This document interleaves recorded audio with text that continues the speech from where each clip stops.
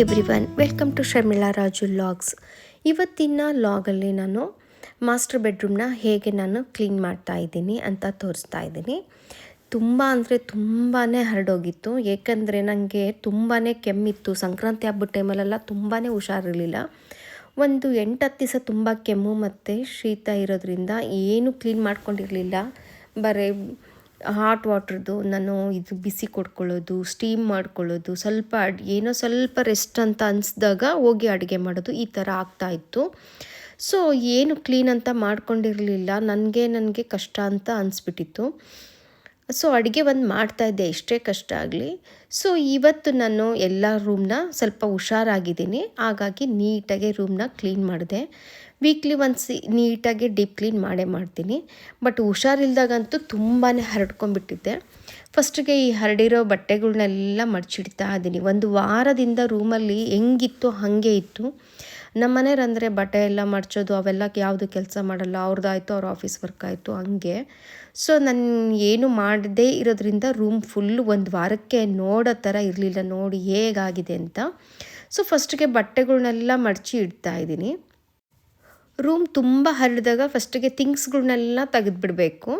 ಥಿಂಗ್ಸ್ನೆಲ್ಲ ತೆಗಿತಾ ಹಾಗೆ room clean ಆಗುತ್ತೆ. ಪೇಷನ್ಸ್ ಇಟ್ಕೊಂಡು ನೀಟಾಗೆ ಒಂದು ಕಪ್ ಕಾಫಿನೋ ಒಂದು ಗ್ರೀನ್ ಟೀನೋ ಏನೋ ಮಾಡಿಕೊಂಡು ರೆಡಿಯಾಗಿ ಬಂದೆ ನಾನು. ಯಾಕಂದರೆ 2 ಅವರ್ಸ್ ಕೆಲಸ ಫುಲ್ ಹಿಡಿಯುತ್ತೆ ರೂಮ್ ಕ್ಲೀನ್ ಮಾಡೋದು ಅಂತ ಗೊತ್ತಿತ್ತು ನನಗೆ. ಯಾಕಂದರೆ ಒಂದು ವಾರದಿಂದಲೂ ನಾನು ಧೂಳು ಒರೆಸಿರಲಿಲ್ಲ, ಏನೂ ಮಾಡಿರಲಿಲ್ಲ ರೂಮ್ದು.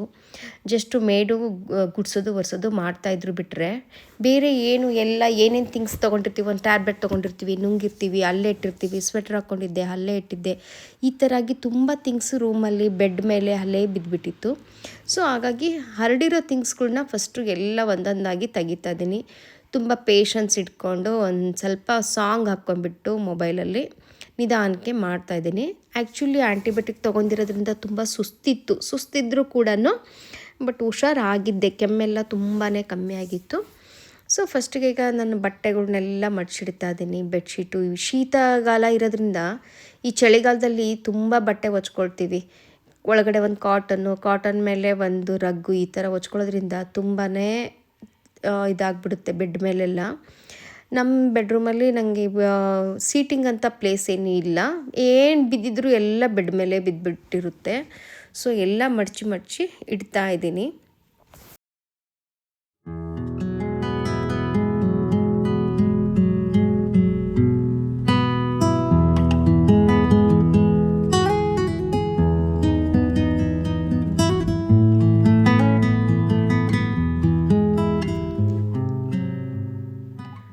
ನಂತರ ನಾನು ಏನೇನು ಎಲ್ಲ ಮಲ್ಲಿಗೆ ಬಟ್ಟೆಗಳು ಎಲ್ಲ ಹಾಗೆ ಬಿದ್ದಿದ್ದು ಬೆಡ್ ಮೇಲಿದ್ದ ಮಲ್ಲಿಗೆ ಬಟ್ಟೆಗಳನ್ನೆಲ್ಲ ವಾಶಿಗೆ ತಗೊಂಡೋಗ್ತಾ ಇದ್ದೀನಿ.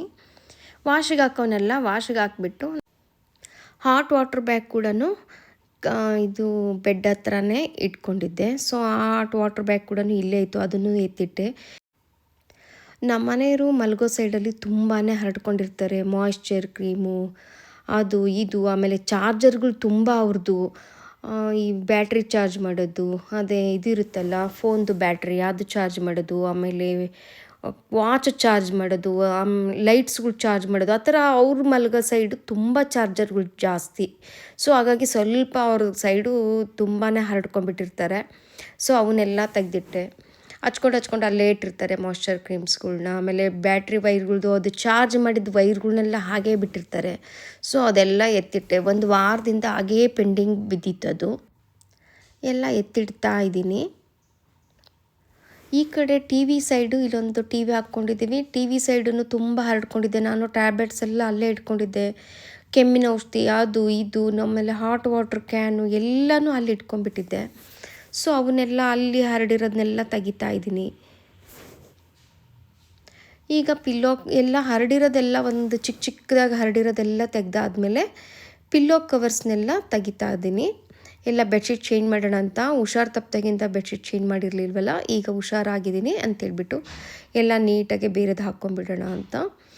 ಒಂಥರ ಸ್ಟೀಮ್ ತೊಗೊಂಡು ರೂಮೆಲ್ಲ ಒಂಥರ ಸ್ಟೀಮ್ ವಾಸನೆ ಆದಂಗೆ ಆಗಿಬಿಟ್ಟಿತ್ತು. ಬೆಡ್ಶೀಟ್ ಎಲ್ಲ ತೆಗಿತಾ ಇದ್ದೀನಿ, ಪಿಲ್ಲೋ ಕವರ್ಸ್ ತೆಗಿತಾ ಇದ್ದೀನಿ. ಎಲ್ಲನೂ ಚಿಕ್ಕ ಪುಟ್ಟ ಥಿಂಗ್ಸ್ಗಳನ್ನೆಲ್ಲ ಹರಡಿದ್ದೆಲ್ಲ ತೆಗೆದುಬಿಟ್ಟು ಆಮೇಲೆ ಬೆಡ್ಶೀಟ್ ಕವರು ತೆಗಿತಾ ಇದ್ದೀನಿ.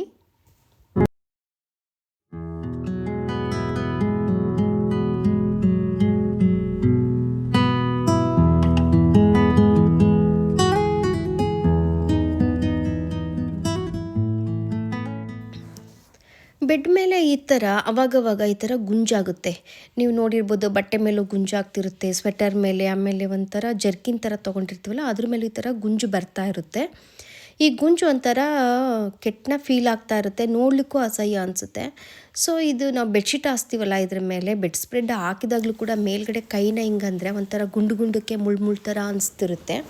ಸೊ ಇದನ್ನು ರಿಮೂವ್ ಮಾಡೋದು ಆನ್ಲೈನಲ್ಲಿ ಸಿಗುತ್ತೆ, ಲಿಂಟ್ ರಿಮೂವರ್ ಅಂತ ಹೇಳ್ತಾರೆ. ಸೊ ಅದನ್ನು ನಾನು ಆನ್ಲೈನಲ್ಲಿ ಪರ್ಚೇಸ್ ಮಾಡಿದ್ದೆ. ಅದ್ರ ಲಿಂಕ್ ಕೂಡ ನಾನು ಹಾಕ್ತೀನಿ. ಅದ್ರದ್ದು ಅದು ಹೇಗಿದೆ ಅಂತಲೂ ನಾನು ಇದರಲ್ಲಿ ವಿಡಿಯೋದಲ್ಲೇ ತೋರಿಸ್ತೀನಿ. ಬ್ಯಾಟ್ರಿಗೆ ಈ ಥರ ಅಡ್ಜಸ್ಟ್ ಮಾಡ್ಕೋಬೇಕು, ಅದಕ್ಕೆ ಪವರ್ ಬೇಕಲ್ವ. ಸೊ ಬ್ಯಾಟ್ರಿಗೆ ಅಡ್ಜಸ್ಟ್ ಮಾಡಿಕೊಂಡು ಇದನ್ನು ನಾವು ಆನ್ ಮಾಡಿಕೊಂಡ್ರೆ ಆಯಿತು. ಅದರಲ್ಲಿ ಬ್ಲೇಡ್ ಇರುತ್ತೆ, ನೀಟಾಗಿ ರಿಮೂವ್ ಆಗುತ್ತೆ ಮಾತ್ರ. ನೀವು ನೋಡ್ತಿರ್ಬೋದು ಎಷ್ಟು ಕ್ಲೀನಾಗಿ ಆಗುತ್ತೆ ಅಂದರೆ ಎಲ್ಲ ನೀಟಾಗಿ ಒಂದು 5 ಮಿನಿಟ್ಸಲ್ಲಿ ಇಡೀ ಬೆಡ್ಡೆಲ್ಲ ಕ್ಲೀನ್ ಮಾಡಿಬಿಡ್ಬೋದು.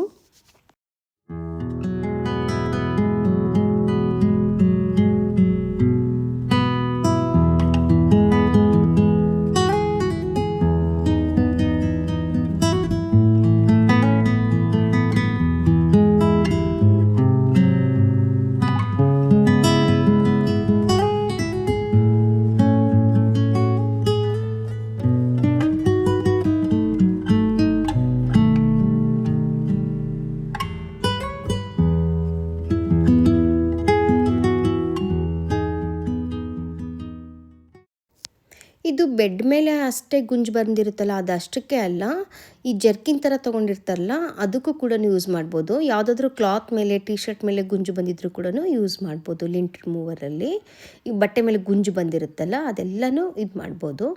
ಇದು ಬಿಚ್ಚಿಬಿಟ್ಟು ಕ್ಲೀನ್ ಮಾಡೋ ಥರ ಇರುತ್ತೆ. ಈ ಥರ ಎಲ್ಲ ಕಡೆನೂ ಬೆಡ್ ಮೇಲೆ ಒಂದು 5-10 ಮಿನಿಟ್ಸಲ್ಲಿ ಎಲ್ಲ ನೀಟಾಗಿಬಿಡುತ್ತೆ. ಆವಾಗ ನಾವು ಬೆಡ್ ಸ್ಪ್ರೆಡ್ ಹಾಸಿದಾಗ ನಮಗೆ ಒಂಥರ ಗುಡ್ ಫೀಲ್ ಆಗುತ್ತೆ. ಬೆಡ್ಡು ಗುಂಜು ಥರ ಇದ್ದರೆ ಒಂಥರ ಚೆನ್ನಾಗಿ ಅನಿಸೋದಿಲ್ಲ, ಕೈಗೆಲ್ಲ ಒಂಥರ ಚೆನ್ನಾಗಿ ಅನಿಸಲ್ಲ, ಫೀಲ್ ಅನಿಸಲ್ಲ ಬೆಡ್ ಮುಟ್ಟಿದಾಗ. ಇದು ನೋಡಿ, ವಿ ಆರ್ ಪ್ರೈಮ್ ಲಿಂಟ್ ರಿಮೂವರ್ ಅಂತ ಆ ಕಂಪ್ನಿದು. ತುಂಬ ಚೆನ್ನಾಗಿದೆ. ಒಂದು 295 ಇರ್ಬೋದು ಅಷ್ಟೇ ಇದು ಕಾಸ್ಟು. ಇದು ಸ್ಕ್ರೀನ್ಶಾಟ್ ತೊಗೊಳ್ಳಿ ನೀವು. ಸ್ಕ್ರೀನ್ಶಾಟ್ ತೊಗೊಂಡು ಇದು ಆನ್ಲೈನಲ್ಲಿ ಅಮೆಜಾನಲ್ಲಿ ಸಿಗುತ್ತೆ. ತುಂಬ ಚೆನ್ನಾಗಿರುತ್ತೆ ಇದು. ಇದೆಲ್ಲ ಡಸ್ಟೆಲ್ಲ ಇಲ್ಲಿ ಸೇರಿಕೊಂಡಿರುತ್ತೆ, ಗುಂಜೆಲ್ಲ. ಸೊ ಇದನ್ನು ತೆಗೆದುಬಿಟ್ಟು ಎಲ್ಲ ಕ್ಲೀನ್ ಮಾಡ್ಬೋದು. ನಾನು ಆಮೇಲೆ ಕ್ಲೀನ್ ಮಾಡೋಣ, ಫಸ್ಟ್ ಇದೆಲ್ಲ ಬೆಡ್ ಸ್ಪ್ರೆಡ್ ಎಲ್ಲ ಫಸ್ಟ್ ಹಾಸ್ಬಿಡೋಣ ಅಂತೇಳಿ ಹಾಗೆ ಇಡ್ತಾಯಿದ್ದೀನಿ. ಒಂದು ಮೈಕ್ರೋ ಫೈಬರ್ ಟವೆಲ್ಗಳು ನಾನು ಆನ್ಲೈನಲ್ಲಿ ತರಿಸಿರೋ ಉದ್ದೇಶನೇ ನನಗೆ ಈ ಡಸ್ಟೆಲ್ಲ ಕ್ಲೀನ್ ಮಾಡಲಿಕ್ಕೆ ತುಂಬ ಚೆನ್ನಾಗಾಗುತ್ತೆ ಅಂತ. ಸ್ವಲ್ಪ ವಾಟ್ರನ್ನ ಅದಕ್ಕೆ ಹಾಕಬೇಕು ಅಷ್ಟೇ, ಒಂದು ಸ್ವಲ್ಪ ವಾಟ್ರನ್ನ ಚಿಮುಕಿಸ್ಕೊಂಡ್ಬಿಟ್ಟು ಒರೆಸ್ಕೊಬೋದು. ತುಂಬ ಚೆನ್ನಾಗಾಗುತ್ತೆ ಡಸ್ಟ್ ಕ್ಲೀನ್ ಮಾಡಲಿಕ್ಕೆ. ಸ್ವಲ್ಪ ಹಸಿ ಮಾಡ್ಕೋಬೇಕಷ್ಟೆ, ಜಾಸ್ತಿ ಹಸಿ ಮಾಡ್ಕೋಬಾರ್ದು. ನನಗೆ ವಾರ್ಡ್ರೋಬ್ಗಳು ಇವನ್ನೆಲ್ಲ ಒರೆಸ್ಲಿಕ್ಕೆ ನನಗೆ ಈ ಮೈಕ್ರೋ ಫೈಬರ್ ಟವಲ್ ತುಂಬ ಚೆನ್ನಾಗಿ ಅನಿಸುತ್ತೆ.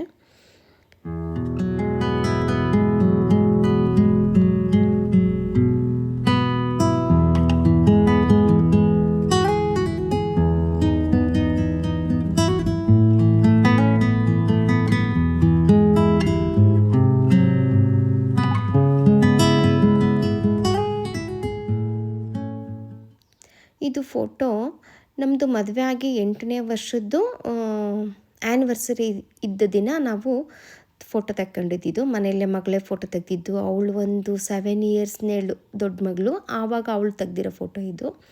8 ವರ್ಷ ಆ್ಯನಿವರ್ಸರಿ ಫೋಟೋ ಇದು. ಎಂಗೇಜ್ಮೆಂಟು ನಮ್ಮದು ಇದ್ದಾಗ ನಮ್ಮ ಮನೆಯವರು ನನಗೆ ಬೆಂಗಳೂರಿಂದ ಇದೊಂದು ಗಣೇಶ ಮತ್ತು ಒಂದು ಟೈಟಾನ್ ವಾಚ್ ತಂದುಕೊಟ್ಟಿದ್ರು ನನಗೆ. ಆ್ಯನಿವರ್ಸರಿ ಇದು ಎಂಗೇಜ್ಮೆಂಟ್ ಆದ ದಿನ ನನಗೆ ಅದನ್ನು ಗಿಫ್ಟಾಗಿ ಕೊಟ್ಟಿದ್ರು, ಗಣೇಶನ. ಸೊ ಅದನ್ನು ಇವಾಗಲೂ ಇಟ್ಕೊಂಡಿದ್ದೀನಿ. ಅದು ತುಂಬ ಚೆನ್ನಾಗಿದೆ, ಚಿಕ್ಕದಾಗಿದ್ರೂ ಗಣೇಶ ತುಂಬಾ ಚೆನ್ನಾಗಿದೆ. ಸೊ ಅದನ್ನು ಕಾಟ್ ಹತ್ರ ಇಟ್ಕೊಳ್ಳಿಕ್ಕೆ, ಆಮೇಲೆ ನಮಗೆ ವಿಕ್ಸು ಎಲ್ಲ ಇಟ್ಕೊಳ್ಳೋದಿರುತ್ತೆ. ಏಜ್ ಆಗ್ತಾ ಇದ್ದ ಹಾಗೆ ನಮಗೆ ಎದ್ದೆದ್ದು ಎಲ್ಲ ಇಡೋಕ್ಕಾಗಲ್ಲ. ಸೊ ಹಾಗಾಗಿ ನಾನು ಕಾಟ್ ಮಾಡಿಸುವಾಗ್ಲೇ ಸ್ವಲ್ಪ ನನಗೆ ತಲೆ ಹತ್ರನೇ ಸ್ವಲ್ಪ ಏನಾದರೂ ಥಿಂಗ್ಸ್ಗಳು, ಒಂದು ಬುಕ್ಸ್ ಓದಿದರೆ ಬುಕ್ಸ್ ಇಡಲಿಕ್ಕಾಗಲಿ, ಮೊಬೈಲ್ ಇಡಲಿಕ್ಕೆ ಆಗಲಿ, ಏನಾದರೂ ಯೂಸ್ ಮಾಡಿರೋ ಥಿಂಗ್ಸ್ಗಳ್ನ ಅಥವಾ ಒಂದು ಕ್ರೀಮು ಅಥವಾ ಏನೋ ಎದ್ದಿಡೋಕ್ಕಾಗಲ್ಲ ಅಂಥವನ್ನೆಲ್ಲ ಅಲ್ಲೇ ಇಟ್ಕೊಳ್ಳಿಕ್ಕೆ. ಸೊ ಕಾಟನ್ನ ನಾವು ಮಾಡಿಸುವಾಗಲೇ ನನಗೆ ಈ ಥರ ಬೇಕು ಅಂತೇಳಿ ಮಾಡಿಸಿದ್ದು. ನಮ್ಮನೆಯವರು ಈ ಕಡೆ ಎಲ್ಲ ತುಂಬಾ ಹರಡ್ಕೊಂಡಿರ್ತಾರೆ. ಸೊ ಅದನ್ನೆಲ್ಲ ಕ್ಲೀನ್ ಮಾಡ್ತಾಯಿದ್ದೀನಿ.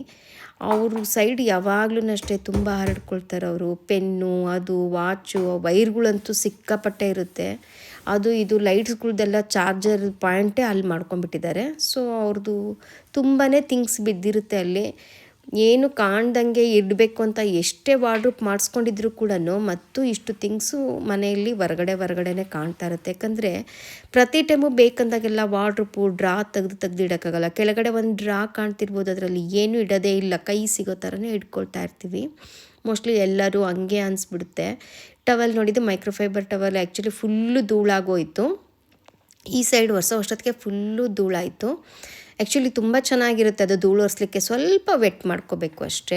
ಒಣಗಿದ್ದು ಒರ್ಸೋಕ್ಕೆ ಹೋದರೆ ಅಷ್ಟೊಂದು ಧೂಳು ಬರಲ್ಲ. ಅದರಲ್ಲಿ ಸ್ವಲ್ಪ ಮಟ್ಟಿಗೆ ವೆಟ್ ಮಾಡಿಕೊಂಡ್ರೆ ತುಂಬ ಚೆನ್ನಾಗಿ ಧೂಳನ್ನ ಅಬ್ಸರ್ವ್ ಮಾಡುತ್ತೆ ಅದು. ಇಲ್ಲಿ ಥಿಂಗ್ಸ್ಗಳು ನಾನು ಒಂದು ವೀಕಿಂದ ಏನೂ ಇದನ್ನು ಮಾಡಿರಲಿಲ್ಲ. ಎಲ್ಲೆಲ್ಲಿ ಇಡಬೇಕು ಅಲ್ಲಲ್ಲಿ ಇಟ್ಟಿರಲಿಲ್ಲ. ಎಲ್ಲ ಅಲ್ಲಂದ್ರೆ ಅಲ್ಲೇ ರಬ್ಬರ್ಗಳು ಎಲ್ಲನೂ, ಇದು ಹೇರ್ ಪಿನ್ಸು, ನೀರು, ವಾಟ್ರ್ ಬಾಟ್ಲು ಎಲ್ಲ ಅಲ್ಲಲ್ಲೇ ಇಟ್ಕೊಂಡಿದ್ದವನ್ನೆಲ್ಲ ತೆಗಿತಾ ಇದ್ದೀನಿ. ಇಲ್ಲೂ ಕೂಡ ಇಲ್ಲೂ ಕೂಡ ಒಂದು ಚಿಕ್ಕದಾಗೆ ಒಂದು ಡ್ರಾ ಮಾಡ್ಕೊಂಡಿದ್ದೀವಿ. ಆ ಡ್ರಾ ಮೇಲೂ ಕೂಡ ಸಿಕ್ಕಾಪಟ್ಟೆ ಥಿಂಗ್ಸ್ ಇಟ್ಕೊಂಡಿದ್ದೆ. ಅವನ್ನು ಎಲ್ಲ ತೆಗೆದುಬಿಟ್ಟು ನೀಟಾಗಿ ಧೂಳು ಒರೆಸ್ಕೊಳ್ತಾ ಇದ್ದೀನಿ. ತುಂಬಾ ಧೂಳಿರುತ್ತೆ. ಏನೇ ಫಸ್ಟ್ ಫ್ಲೋರ್ ಅಂದ್ರೂ ತುಂಬಾ ಧೂಳು ಬರ್ತಾ ಇರುತ್ತೆ. ವಾರಕ್ಕೊಂದ್ಸಲ ನೀಟಾಗಿ ಒರೆಸ್ಕೊಳ್ಳೇಬೇಕು. ಪ್ರತಿದಿನವೂ ಈ ಥರ ಮಾಡೋಕ್ಕಾಗಲ್ಲ. ಸೊ ವಾರಕ್ಕೊಂದ್ಸಲ ಅಂತೂ ಕ್ಲೀನಾಗಿ ಮಾಡ್ಕೊಳ್ತೀನಿ. ಬಟ್ ಹುಷಾರಿಲ್ಲದೆ ಇರೋದ್ರಿಂದ ನನಗೆ ತುಂಬಾ ರೂಮು ನೋಡೋ ಥರನೇ ಇರಲಿಲ್ಲ. ಎಲ್ಲ ಇದಾಗ್ಬಿಟ್ಟಿತ್ತು. ಮನೆಗೆ ಮೇಡ್ ಬರ್ತಾರೆ ಅಂದ್ರೂ ಗುಡಿಸಿ ಒರೆಸಿ ಬಟ್ಟೆ ತೊಳೆದು ಹೋಗ್ಬಿಡ್ತಾರೆ. ಈ ಧೂಳ ಒರೆಸೋ ಕೆಲಸಗಳೆಲ್ಲ ಅವ್ರು ಮಾಡಲ್ಲ. ಸೊ ಹಾಗಾಗಿ ಮನೆ ಧೂಳ ಒರೆಸೋದು, ಥಿಂಗ್ಸ್ಗಳು ಇಟ್ಕೊಳ್ಳೋದು, ಬಟ್ಟೆ ಮಡ್ಚೋದು, ಐರನ್ ಮಾಡೋದು ಇವೆಲ್ಲನೂ ಇದ್ದೇ ಇರುತ್ತೆ. ಮನೇಲಿ ತುಂಬ ಕೆಲಸ ಇರುತ್ತೆ. ಆಮೇಲೆ ನಾವು ಈ ಥರ ಇಂಟೀರಿಯರ್ ಮಾಡಿಸ್ಕೊಂಡ್ಬಿಟ್ರೆ ಕೆಲಸ ಜಾಸ್ತಿ ಆಗಿಬಿಡುತ್ತೆ. ಹಳೆ ಕಾಲದ ಮನೆಗಳು ಇರುತ್ತಲ್ಲ, ಸ್ವಲ್ಪ RCC ಮನೆಗಳು, ಅಲ್ಲೆಲ್ಲ ಇಷ್ಟೊಂದು ಧೂಳಾಗಲ್ಲ. ಈ ಇಂಟೀರಿಯರ್ ಅಂತ ಯಾವಾಗ ಬಂತಲ್ಲ ಇತ್ತೀಚೆಗೆ, ಅಲ್ಲೊಂದು ಸ್ವಲ್ಪ ಸ್ಟ್ಯಾಂಡಿಲ್ ಒಂದು ಸ್ವಲ್ಪ ವುಡ್ ವರ್ಕು ಎಷ್ಟು ನಾವು ಮಾಡಿಸ್ತೀವಿ, ಎಷ್ಟು ನಾವು ಫಾಲ್ ಸೀಲಿಂಗ್ ಎಲ್ಲ ಮಾಡಿಸ್ತೀವಿ ಮನೆಯಲ್ಲಿ, ಅಷ್ಟೂ ಧೂಳಾಗ್ಲಿಕ್ಕೆ ಸ್ಟಾರ್ಟ್ ಆಗುತ್ತೆ. ಕಾರ್ನರ್ಸ್ ಜಾಸ್ತಿ ಆಗುತ್ತೆ ಮನೆಯಲ್ಲಿ. ಕಾರ್ನರ್ಸ್ ಜಾಸ್ತಿ ಆದ ತಕ್ಷಣವೇ ಕಾರ್ನರಲ್ಲೆಲ್ಲ ಧೂಳು ಕಟ್ಟೋದು, ಪರೆ ಕಟ್ಟೋದು ಇವೆಲ್ಲ ಸ್ಟಾರ್ಟ್ ಆಗುತ್ತೆ. ಮೊದಲಿನ ಕಾಲದ ಮಂಚ ಅಂದರೆ ಇಷ್ಟೊಂದು ಧೂಳಿರಲ್ಲ. ಬಟ್ ಈ ಥರ ಮಂಚಗಳೆಲ್ಲ ತುಂಬ ಧೂಳಾಗುತ್ತೆ. ಕೆಳಗಡೆ ಎಲ್ಲ ಎಳೆದು ಒರೆಸೋದು ಅದು ಕೂಡ ಕಷ್ಟನೇ. ನಾವೆಷ್ಟು ಇಂಟೀರಿಯರ್ ಮಾಡಿಸ್ತೀವೋ ನೋಡ್ಲಿಕ್ಕೆ ಎಷ್ಟು ಚೆನ್ನಾಗಿ ಕಾಣುತ್ತೋ, ಧೂಳು ಒರೆಸುವಾಗಲೇ ಅಷ್ಟೇ ಹಿಂಸೆ ಅನಿಸ್ಬಿಡುತ್ತೆ. ಮೊದಲೆಲ್ಲ ಮನೆಗಳಾದರೆ ಒಂದು ಕಸ್ಟಮರ್ಗೆ ಹಿಂಗೆ ಅಂದ್ಬಿಟ್ರೆ ಒಂದು ರೂಮ್ ಕ್ಲೀನ್ ಬೇಗ ಆಗಿಬಿಡೋದು. ಬಟ್ ಇವಾಗ ನಾವೆಲ್ಲ ಇಂಟೀರಿಯರ್ ಮಾಡಿಸೋದ್ರಿಂದ ತುಂಬ ಕಾರ್ನರ್ಸ್ಗಳು, ತುಂಬ ಡ್ರಾಗಳು ಎಲ್ಲ ಆಗೋದ್ರಿಂದ ತುಂಬಾ ಧೂಳಾಗುತ್ತೆ. ನಾನೀಗ ಬೆಡ್ಶೀಟ್ನ ಹಾಸ್ತಾ ಇದ್ದೀನಿ. ಧೂಳೆಲ್ಲ ಒರೆಸಿದ್ದಾಯಿತು, ಬಟ್ಟೆ ಎಲ್ಲ ಮಡಚಿಟ್ಟಿದ್ದಾಯಿತು. ಈಗ ಸ್ವಲ್ಪ ಕೊನೆ ಹಂತಕ್ಕೆ ಬಂದಿದ್ದೀನಿ. ಈ ರೂಮೆಲ್ಲ ಆಲ್ಮೋಸ್ಟ್ ಎಲ್ಲ ಕ್ಲೀನ್ ಆಗ್ತಾಯಿದೆ. ಈಗ ಬೆಡ್ಶೀಟ್ ಹಾಸ್ತಾ ಇದ್ದೀನಿ. ಧೂಳೆಲ್ಲ ಒರೆಸಾದ್ಮೇಲೆ ಬೆಡ್ಶೀಟ್ ಹಾಸ್ತಾ ಇದ್ದೀನಿ.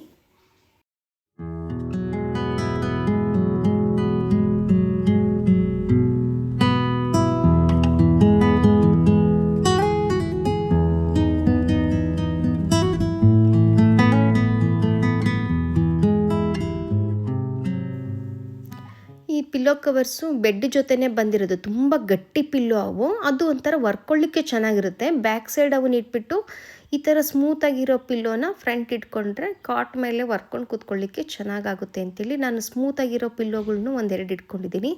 ಆ ಗಟ್ಟಿ ಪಿಲ್ಲೋ ಅಂದರೆ ಫುಲ್ ಪ್ಲೇಟ್ ಥರ ಬರುತ್ತೆ. ಅದು 3.5 years ಆಯಿತು ನಾವು ಮನೆ ಕಟ್ಕೊಂಡು ಗೃಹಪ್ರವೇಶ ಆಗಿ. ಆವಾಗ ಈ ಬೆಡ್ಡು ತಂದಿದ್ದು ಕಿಂಗ್ ಸೈಜ್ ಬೆಡ್ಡು. ಇದು 6 feet ಅಗಲ ಬರುತ್ತೆ. ಸೊ ಕಿಂಗ್ ಸೈಜ್ದು ಬೆಡ್ಶೀಟೇ ತೊಗೋಬೇಕು. ಸುಮ್ಮನೆ ಮಾಮೂಲಿ ಡಬಲ್ ಬೆಡ್ಶೀಟ್ ಅಂತ ತೊಗೊಂಡ್ರೆ ಈ ಕಿಂಗ್ ಸೈಜ್ ಕಾಟ್ಗೆ ನಾವು ಹಾಸೋಕ್ಕಾಗಲ್ಲ.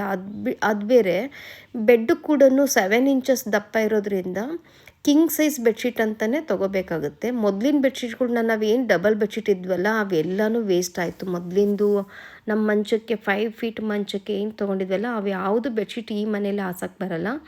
6 feet ಅಗಲ ಇರೋದ್ರಿಂದ, ಮತ್ತು ಬೆಡ್ಡು ಕೂಡ ತುಂಬ ದಪ್ಪ ಇರೋದ್ರಿಂದ ಮಾಮೂಲಿ ನಾವು ತೊಗೊಂಡ್ರೆ ಆಗಲ್ಲ. ಸೊ ಕಿಂಗ್ ಸೈಜ್ ಬೆಡ್ಶೀಟ್ ತೊಗೊಂಡಿರೋದ್ರಿಂದ ಆಗ್ತಾಯಿದೆ.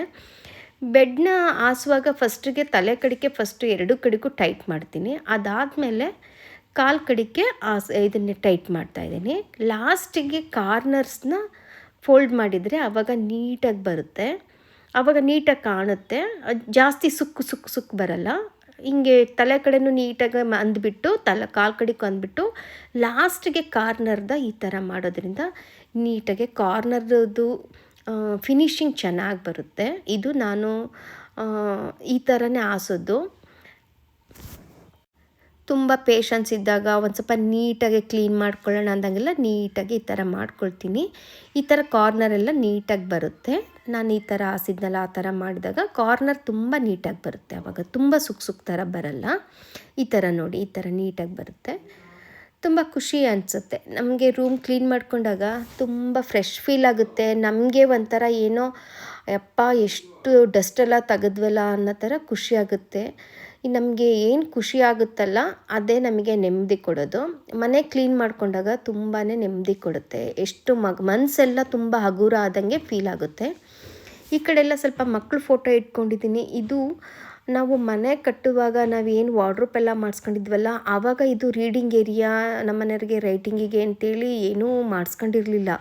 ಬಟ್ ಅವರು ರೂಮಲ್ಲಿ ಒಂದು ಎಕ್ಸ್ಟ್ರಾ ರೂಮ್ ಇದೆ ಕೆಳಗಡೆ, ಅಲ್ಲಿ ಹೋಗಿ ಮಾಡಿಕೊಂಡ್ರೆ ಆಗುತ್ತೆ ಅಂದ್ಕೊಂಡ್ರು. ಬಟ್ ಪ್ರತಿ ಟೈಮು ಅಲ್ಲಿ ಹೋಗಿ ಆಫೀಸ್ ವರ್ಕ್ ಮಾಡೋಕ್ಕಾಗಲ್ಲ ಅಂದ್ಕೊಂಡ್ಬಿಟ್ಟು ಆಮೇಲೆ ನಾವು ಕಾರ್ಪೆಂಟ್ರನ್ನ ಕರೆಸ್ಬಿಟ್ಟು ತಿರ್ಗಾ ಇದೊಂದು ರೀಡಿಂಗ್ ಟೇಬಲ್ಲು ರೈಟಿಂಗ್ ಟೇಬಲ್ ಥರ ಇಲ್ಲಿ ಮಾಡಿಸ್ಕೊಂಡ್ವಿ. ಮತ್ತು ಈ ವಾರ್ಡ್ರೋಬ್ನ ಡೋರ್ನ ತೆಗಿಯುವಾಗ ಕೂಡ ತಾಕುತ್ತೆ ಅಂತೇಳ್ಬಿಟ್ಟು ಅದನ್ನು ಕೂಡ ಅಡ್ಜಸ್ಟೇಬಲ್ ಯಾವ ಥರ ಮಾಡಿಸ್ಬೇಕು ಆ ಥರ ಸ್ವಲ್ಪ ಡೋರ್ನ ಆಲ್ಟ್ರೇಷನ್ ಮಾಡಿಸಿದ್ವಿ.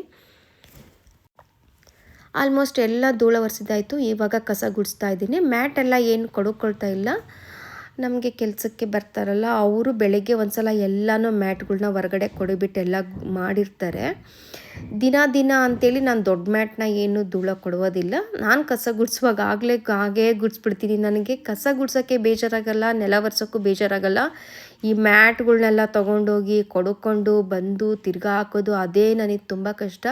ಬಟ್ ನಾನು ಗುಡಿಸಿದ್ರೆ ಮಾತ್ರ ಮ್ಯಾಟ್ಗಳ್ನ ಎತ್ತೋದೇ ಇಲ್ಲ, ನಾನು ಹಾಗೆ ಗುಡಿಸ್ಬಿಡ್ತೀನಿ. ಬಟ್ ಮೇಡು ಪಾಪ ಎಲ್ಲನೂ ಮ್ಯಾಟ್ಗಳು ತೊಗೊಂಡೋಗಿ ಹೊರಗಡೆ ಗುಡಿಸಿ ನೀಟಾಗಿ ಮಾಡ್ಕೊಂಡು ಬರ್ತಾರೆ. ಇವಾಗ ರೂಮ್ ಒಂದು ಹಂತಕ್ಕೆ ಫುಲ್ಲು ಕ್ಲೀನ್ ಆಯಿತು. ಮನಸ್ಸೇ ಒಂಥರ ಹಗುರಾದಂಗೆ ಆಯಿತು. ನಂಗೆ ಹುಷಾರಿಲ್ಲಕ್ಕೂ ಅದಕ್ಕೂ ನಮ್ಮ ರೂಮ್ನ ನೋಡೋ ಥರನೇ ಇರಲಿಲ್ಲ. ರೂಮೆಲ್ಲ ಕ್ಲೀನ್ ಆದಮೇಲೆ ಫ್ಯಾನ್ ಹಾಕ್ಬಿಟ್ಟು ರೂಮೆಲ್ಲ ಒಂಥರ ಫ್ರೆಶ್ ಫೀಲ್ ಮಾಡಿದ್ದಾಯಿತು ನಾನು. ಯಾಕಂದರೆ ವಿಕ್ಸ್ ವಾಸನೆ, ಇದು ಸ್ಟೀಮ್ ತೊಗೊಂಡಿದ್ದು ವಾಸನೆ ಅದೇ ಥರ ಆಗೋಗ್ಬಿಟ್ಟಿತ್ತು. ಇವಾಗ ರೂಮ್ ನೋಡಿದರೆ ತುಂಬ ಖುಷಿ ಅನ್ನಿಸ್ತಾ ಇದೆ. ಎಷ್ಟು ನೀಟಾಗಿ ಕಾಣ್ತಾ ಇದೆ. ಯಾವಾಗಲೂ ಈ ಥರ ನೀಟಾಗಿ ಇಟ್ಕೋಬೇಕು ಅಂದ್ಕೊಳ್ತೀವಿ. ಬಟ್ ಯಾವಾಗಲೂ ಈ ಥರ ನೀಟಾಗಿ ಇಟ್ಕೊಳ್ಳೋಕ್ಕಾಗಲ್ಲ. ಏನಾದರೂ ಒಂದು ಕೆಲಸ ಬೇರೆ ಇರುತ್ತೆ. ಬಟ್ ಇಟ್ಕೊಳ್ತೀನಿ ಸಾಧ್ಯವಾದಷ್ಟು. ಬಟ್ ನಾನು ಒಂದು ಸಲ ಕ್ಲೀನ್ ಮಾಡಬೇಕು ಅಂತ ಹೋದಾಗ ಮಾತ್ರ ನೀಟಾಗಿ ಕ್ಲೀನ್ ಮಾಡ್ಕೊಳ್ತೀನಿ. ನಾನು ಏನೇನು ಇಂಪಾರ್ಟೆನ್ಸ್ ಕೆಲವೊಂದು ಎಲ್ಲ ಬರ್ಕೊಳ್ತಾ ಇರ್ತೀನಿ. ಏನಾದರೂ ಇಂಪಾರ್ಟೆಂಟು ಕೆಲಸ ಮಾಡೋದಿದ್ದರೆ, ಮತ್ತೇನಾದರೂ ತರೋದಿದ್ದರೆ, ಆಮೇಲೆ ಏನಾದರೂ ಶಾಪಿಂಗ್ ಏನು ಮಾಡಬೇಕು ಅನ್ನೋದು ಏನಾದರೂ ಕೆಲವೊಂದೊಂದು ಇರುತ್ತೆ ಬರ್ಕೊಳ್ಳೋ ಅಂಥದ್ದೆಲ್ಲ ಬರ್ಕೊಂಡು ನಾನು ಮಾರ್ಕ್ ಮಾಡ್ಕೊಂಡಿರ್ತೀನಿ. ಅಥವಾ ಒಂದು ವೀಡಿಯೋನೇ ಮಾಡೋದಿರ್ಬೋದು, ನಾನು ಏನು ಮಾಡ್ಬೋದು ನೆಕ್ಸ್ಟು ಕ್ರಿಯೇಟಿವ್ ಆಗಿ ಅಂತ ಅದನ್ನು ಕೂಡ ನನ್ನ ಮೈಂಡಲ್ಲಿ ಏನು ಕ್ರಿಯೇಟಿವ್ ಆಗಿ ಮಾಡಬೇಕು ಅಂತ ಬರುತ್ತಲ್ಲ ಅದನ್ನು ಕೂಡ ನನಗೆ ಐಡಿಯಾ ಬಂದಾಗಲೇ ನಾನು ಬರೆದಿಟ್ಕೊಳ್ತೀನಿ. ಸೊ ಆ ಟೈಮಲ್ಲಿ ಅದು ಯೂಸ್ ಆಗುತ್ತೆ. ಈ ಥರ ನಾನು ಡೈರಿ ಮೇಲೆ ಮೇಂಟೈನ್ ಮಾಡ್ತಾ ಇರ್ತೀನಿ. ಮೊದಲಿಂದನೂ ಅಷ್ಟೇ ಡೈರಿ ಬರೆಯೋದು ಅಭ್ಯಾಸ ಇದೆ. ಅಂದರೆ ಏನು ಕೆಲವೊಂದು ಮುಖ್ಯವಾದದ್ದು ಅಷ್ಟೇ ಬರ್ಕೊಳ್ತಾ ಇರ್ತೀನಿ ಅಷ್ಟೇ. ನನಗೆ ಸಂಬಂಧಪಟ್ಟಿರೋದಷ್ಟೇ ಬರ್ಕೊಳ್ತಾ ಇರ್ತೀನಿ. ನಾಳೆ ಏನು ಕೆಲಸ ಮಾಡಬೇಕು, ಏನೇನು ಕ್ಲೀನ್ ಮಾಡೋದಿದೆ, ಏನು ಕ್ಲೀನ್ ಮಾಡಿಸೋದಿದೆ, ಈ ಥರದ್ದು ಕೆಲವೊಂದೊಂದು ಅಷ್ಟೇ. ಇನ್ನೇನು ಬೇರೆ ಏನು ಬರೆಯಲ್ಲ ನಾನು. ಪರ್ಸ್ನಲ್ ವಿಷಯ ಅಂತ ಏನು ಬರೆಯಲ್ಲ. ಮನೆ ಕ್ಲೀನಿಂಗ್ ಬಗ್ಗೆ ಇರ್ಬೋದು, ಏನು ತರಿಸೋದಿರ್ಬೋದು ಆ ಥರ ಅಷ್ಟೇ ಬರೆಯೋದು. ಇದು ನಾನು ಕೆಲಸ ಮಾಡ್ತಾನೆ ಇಡೀ ರೂಮ್ ಕ್ಲೀನ್ ಆಗೋಷ್ಟೊತ್ತಿಗೆ ಸಾಯಂಕಾಲ 6 ಗಂಟೆನೇ ಆಯಿತು. 4 ಗಂಟೆಗೆ ನಾನು ರೂಮ್ ಕ್ಲೀನ್ ಮಾಡೋಕ್ಕೆ ಸ್ಟಾರ್ಟ್ ಮಾಡಿದ್ದು. 6 ಗಂಟೆ ಆಯಿತು. ಲೈಟ್ ಹಾಕ್ಬಿಟ್ಟು ನಾನು ರೂಮ್ ತೋರಿಸ್ತಾ ಇದ್ದೀನಿ ನೋಡಿ. ನಮ್ಮ ಬೆಡ್ರೂಮ್ ಟೂರ್ ಅಥವಾ ನಮ್ಮ ಬೆಡ್ರೂಮ್ ಕ್ಲೀನ್ ನಾನು ಹೇಗೆ ಬೆಡ್ರೂಮ್ ಮೇಕ್ ಓವರ್ ಮಾಡಿದೆ ಅನ್ನೋ ವಿಡಿಯೋನ ನೀವೀಗ ನೋಡಿದ್ದೀರಾ. Thank you for watching. Take care.